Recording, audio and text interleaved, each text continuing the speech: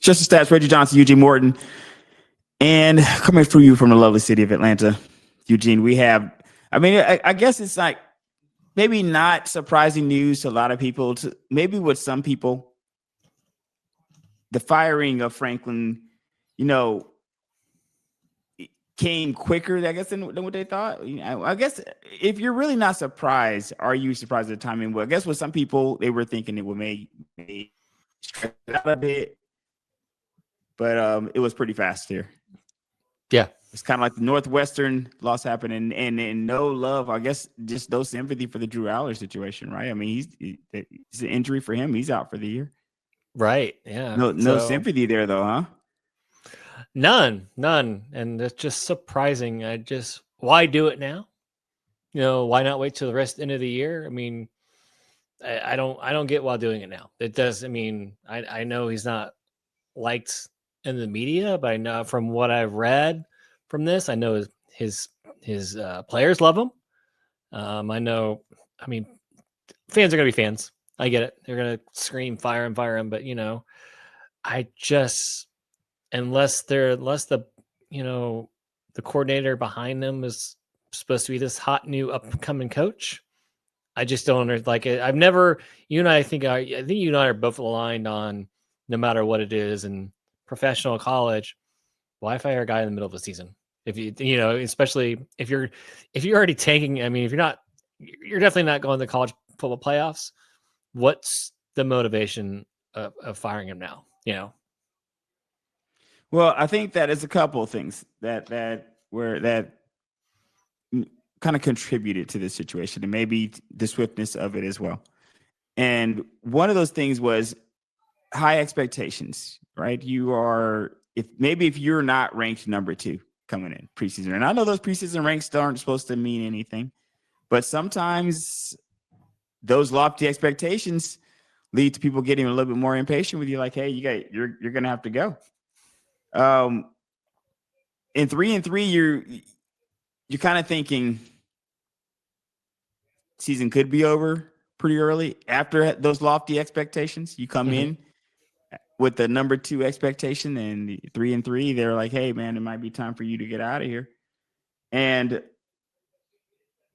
maybe the fact that the games all come in a row, you know how that doesn't usually work in your favor. You right. Come in, you're high on the hog, so to speak, as they say.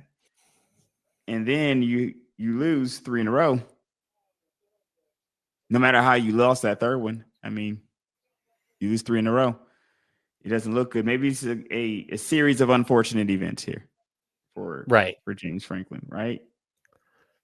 Yeah, and plus, I mean, you can always look at their record against, top 25 teams. He was never good against those teams. I'm seeing a 4-21 record against top 10 teams. Yeah. Yikes. So, but I mean, there's just so many few coaches, and I understand, but you always got to remember what's down the other side. It's like, well, who you're replacing with? I mean, I keep Matt Rule. I keep hearing the Indiana coach, and they're all fine hires, and they would, but it's just, I've always wondered, like, you better have the backup plan already in place, because now you're not saying you may not get either of those guys, and you may kind of get stuck with somebody who's lesser, of a talent than Franklin, right? I mean, he's been there 12 seasons. He has been there. 104 and 45 record. Solid record there.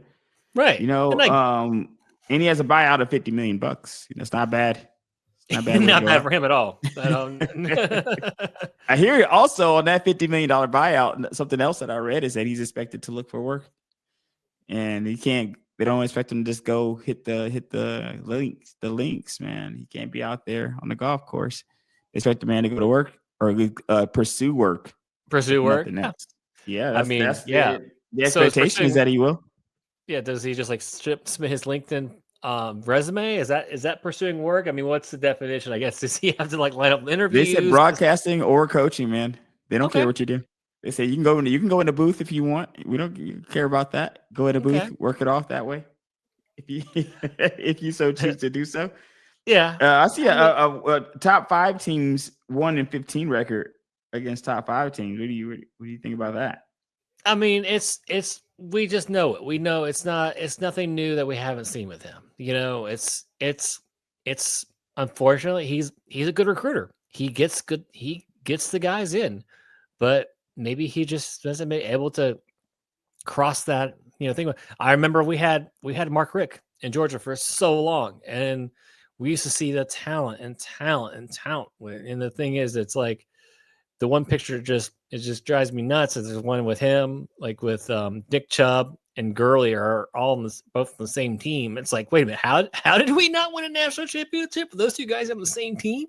So, um, so I guess it's like he was always a good recruiter. Same with Rick was same, like he never win the big game.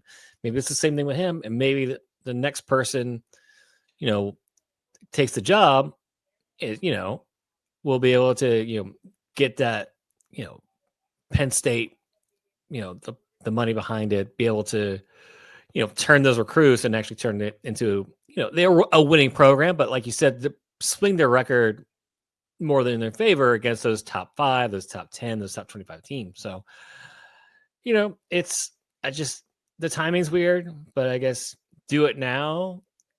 So maybe you can start re-recruiting his recruits, right? Because they're a lot of them are probably going to jump ship because hey, we were promised to be coached by this guy, and now we don't even know who we're bringing in because somebody's gonna I don't even know who's taking over, but the interim's going to take over, and obviously, yeah, still get the interview at the end, but they're going to have their sights set on something bigger, and we'll have to see at the end of the day, do they get that or not?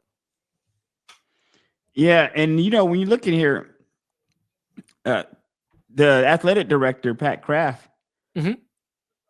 they said or said that the school expects a leader who can deliver Big Ten and national championships. Man, Kraft's not playing. Mentioned the need for a coach who can maximize elite level resources and attack the transfer portal.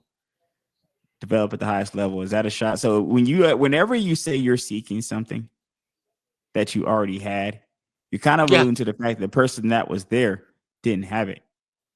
Right? If you like to say, hey, you fire a guy, you say hey, I'm seeking a guy who wears blue shirts. You're gonna say the other guy that you just fired, there's a chance he wasn't wearing them. I mean, you're if you throw out a few things in there, you kind of add to that. You're basically saying that you don't feel that the guy you had was maximizing the elite level resources and attacking the transfer portal and developing at the highest level. If you believe the person that you had was doing all those things, then you would have just kept the person you had, right? True. And yeah, I mean, and that's the thing. It wasn't like they weren't getting talent at the school. They were. They were It in don't feel those like Franklin's getting enough out of it. Is kind of what it's being alluded to. probably Is what right. Kraft is alluding to here. Not I what he's think saying directly, but yeah, and that's great. We can all do the spiel, right? We can all do the cliche quotes, but again, it's all who they bringing in next. And again, if I'm Penn State, I want Matt Rule or I want the Indiana head coach. I mean, those are my you say you only want Matt two. Rule. Is that what you said? I think you cut I off would when you say said from Nebraska, Matt Rule from Nebraska, and okay. was it Skanatty from Indiana, right? So I mean, those are going to be your top two hot names, right? Because Rule's done a great job turning around Nebraska. Indiana just knocked off Oregon, and that team's definitely going to that college is definitely going in the direction that you would think. Like, hey, Penn State, look what this guy did at Indiana. Indiana's never been. You never looked at Indiana and go, yeah, that's a team that's college football powerhouse or a competitive. Like, never. You always think Indiana. First thing you think of is basketball, not college football. So those would be. I mean, those are the two names I hear. But man, if you don't get either one of those names, you might be in for a long couple years because you can't just hire a college football coach for 1 year. You got guys, you got to Yeah, recruit 'em. not when you got rid of a guy who was there for 12, right? You just got rid of a Uh-huh. guy that was there for 12. He Mhm. had a 104-45 record. Even though you look through there, you look when you dig deeper into the stats there, as we know, the stats don't always tell the full story. Mhm. When you dig deeper into those stats, the wins against those top 10 teams, 4-21 is abysmal, and you're kind of expecting those wins when you are a program like Penn State. Uh-huh. And they think, hey, we're putting the money up, man. It's not us. And they hopefully, like you said, they get somebody else in here who at least has the same winning record that Franklin have on from a substantive or from a